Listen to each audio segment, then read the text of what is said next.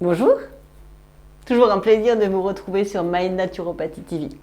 Je n'ai pas changé de thème, toujours l'alimentation. Après avoir vu le petit déjeuner, les pauses de 11h et 17h, je vous propose qu'on fasse un focus sur les déjeuners.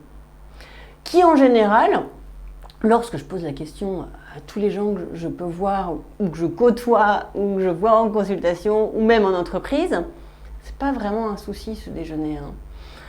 Il est en général plutôt équilibré, à part si on n'a vraiment pas le temps de manger et on va chercher le sandwich plein de mayonnaise à la boulangerie d'à côté. En général, vous arrivez quand même à structurer correctement ce déjeuner. C'est-à-dire que l'idéal serait d'avoir des crudités en entrée pour avoir une notion de fibres et de cru, de vivant. On ne parle pas d'insectes vivants, là on parle de vivants dans les végétaux. Donc ces crudités en entrée vont aider à la digestion, elles vont vraiment être très intéressantes pour le transit et pour vous apporter des vitamines et des minéraux. Ensuite, le gros pavé, viande, œufs, poissons, protéines végétales. D'ailleurs, savez-vous comment on crée de la protéine végétale et comment on fait de cette protéine végétale ? C'est ancestral. Hein. Les Mexicains faisaient haricots rouges, maïs. Les pays du Maghreb, c'est plutôt pois chiches, semoule. Les Indiens, lentilles. Il y avait quoi comme autre exemple ? Et les Chinois sont plutôt soja-riz. Le fait d'associer 2 tiers céréales et 1 tiers légumineuses, on arrive à créer une protéine complète qui est intéressante pour l'organisme. Donc vous n'êtes pas obligé de manger un steak tous les midis. Il y a d'autres solutions. Mais par contre, cette protéine, on peut dire qu'elle est intéressante, puisque c'est la brique du muscle. On en a besoin. Donc, certaines personnes disent « Oh là là, je ne mange pas de viande », mais le corps a besoin de protéines. Donc, sans être obligé de manger un énorme steak le midi, on peut trouver d'autres apports protéiques. Savez-vous que le quinoa est une protéine également ? Savez-vous que les champignons sont de la protéine ? On ne sait pas forcément. Donc, ne culpabilisez pas si vous n'avez pas un gros steak tous les midis. C'est pas grave, hein. Il y a autre chose. L'œuf. L'œuf est une protéine extraordinaire. Ce jaune d'œuf, je vais parler de gros mots, je vais encore vous dire des gros mots. Ce jaune d'œuf est riche en lutéine, zéaxanthine. Ce sont des antioxydants qui sont très intéressants. Il va y avoir une action sur la vision également.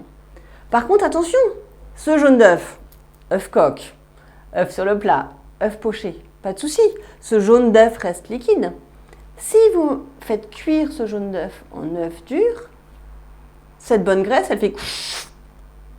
elle devient moins bonne graisse. Donc, bien sûr, on peut manger des œufs durs et des omelettes, mais observez, lorsque vous mangez une omelette, vous êtes peut-être un petit peu plus lourd que lorsque vous mangez 2 œufs sur le plat.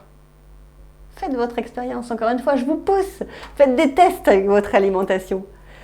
Donc, ce jaune d'œuf, bonne protéine. Le poisson est une bonne protéine aussi, très digeste. Et ça peut être très simple. Tout le monde me dit « Oh là là, mais moi, j'ai pas le temps, le midi. » Vous savez, moi, je travaille dans une clinique 2 jours par semaine. Les médecins s'amusent et ils se moquent de moi. Ils pensent que je mange que des avocats et des sardines à l'huile. Parce que c'est simple. On n'a pas eu le temps de faire sa gamelle. On se prend une bonne boîte de sardines à l'huile et un avocat, et ça fait un déjeuner. Et cette sardine à l'huile, c'est 6 heures de digestion, parce que entre les arêtes, le gras, la protéine, le corps, il a beaucoup à dépenser. Et là, je crois que dans une vidéo précédente, je vous avais parlé de calories vides. Là, on est dans la calorie pleine. Le corps, il a vraiment beaucoup de choses à digérer. Donc, restez simple. Vous vous dites, je mange des légumes, puisqu'on a dit des légumes à chaque repas. Crus, un petit peu cuits aussi si vous voulez, votre protéine, et vous pouvez y ajouter un petit peu de féculents, si vous le souhaitez. Pour le dessert, on a vu tout à l'heure que le fruit était beaucoup mieux assimilé 1 heure avant ou 3 heures après. Donc je vous conseille, si vraiment vous avez envie de ce petit goût sucré à la fin du repas qui fait du bien, plutôt aller surtout sur des fruits cuits, une compote, une pomme au four tout simplement. Je crois même que la pomme râpée, ça casse les molécules et lorsqu'on l'assimile, ça n'a pas du tout le même impact qu'une pomme crue. Donc pommes râpées, compote, pommes au four, un bon petit carré de chocolat, quelques noix si vous voulez, quelques amandes, juste pour avoir le petit croquant. Continuez à vous faire plaisir, essayez de manger équilibré et testez ce nouveau déjeuner. À très vite.